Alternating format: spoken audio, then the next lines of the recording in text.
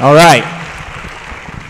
So I have an admission to make. I didn't actually do much preparation for my talk tonight.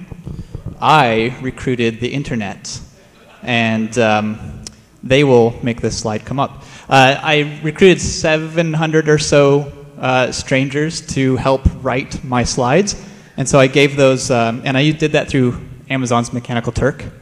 So I gave them the task of generating 32 words and then coming up with pairs of words, and these are all strangers to each other and to me, and then had them create sentences using those pairs of words that sort of made sense. And then they also picked the best of those sentences and then the order in which I was to say them. So here's one of the tasks where they're writing the sentences. Write no more than 2 sentences that clearly describes the relationship, whether real or imagined, between the following 2 words. And so I'm going to recite these to you with no explanation because they defy explanation. Mix any 2-part marine epoxy with equal parts hair for 30 minutes at least of good gooey fun, but no more. Excuse me for assuming that Whopper's malted milk balls and their roundness had anything to do with the country of Malta's shape. They also decided which ones they wanted me to do, which is really bizarre. Thought that was the best. Open the veins of any purebred chicken, and you're sure to discover what it means to be a warm-blooded American. That's a little weird. Clarified butter is delightful, but managed to squeeze butter out of a rarified gas cloud, and then give me a call and we'll party. I don't think they can do that. The United States government is taking the confiscated nail clippers from air traffic passengers and creating anti-aircraft ammunition out of them and feeding the scraps to childhood polio victims. If you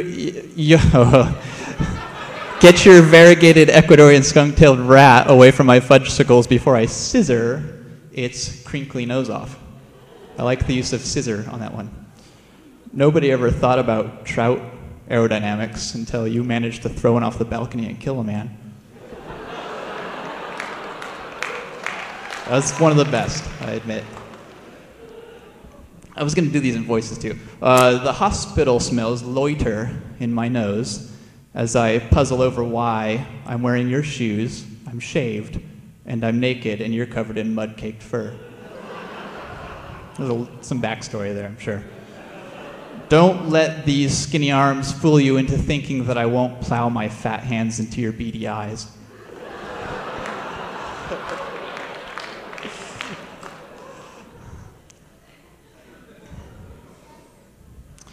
Whoever designed cobblestone roads was sure smart to leave gaps big enough to fit the human brains that those roads shake loose.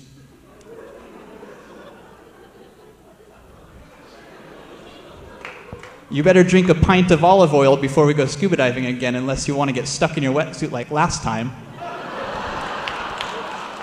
I suppose because it makes you slippery. I don't know. It is hard to get a wetsuit off, but geez. I may be a level 200 expert on cornmeal and black holes, which should indicate to you how much I care about your new hair. That's kind of cruel. We can settle this right now by taking this finely knit alpaca fleece net and capturing the bog turtles running around the living room, wrapping them in plastic and shipping them to your annoying sister. There's really something going on with that one. No doubt you'd be naked in the wilds of New Zealand hunting the elusive kiwi if the TSA hadn't confiscated your stupid buck knife.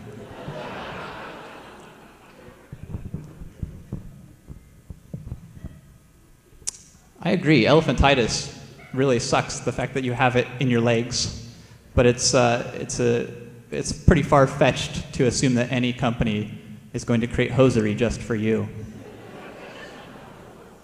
I don't know, yeah. You should come clean and admit that you're scared to tell people that we bickered while sailing our boats across an ocean of mule hooves.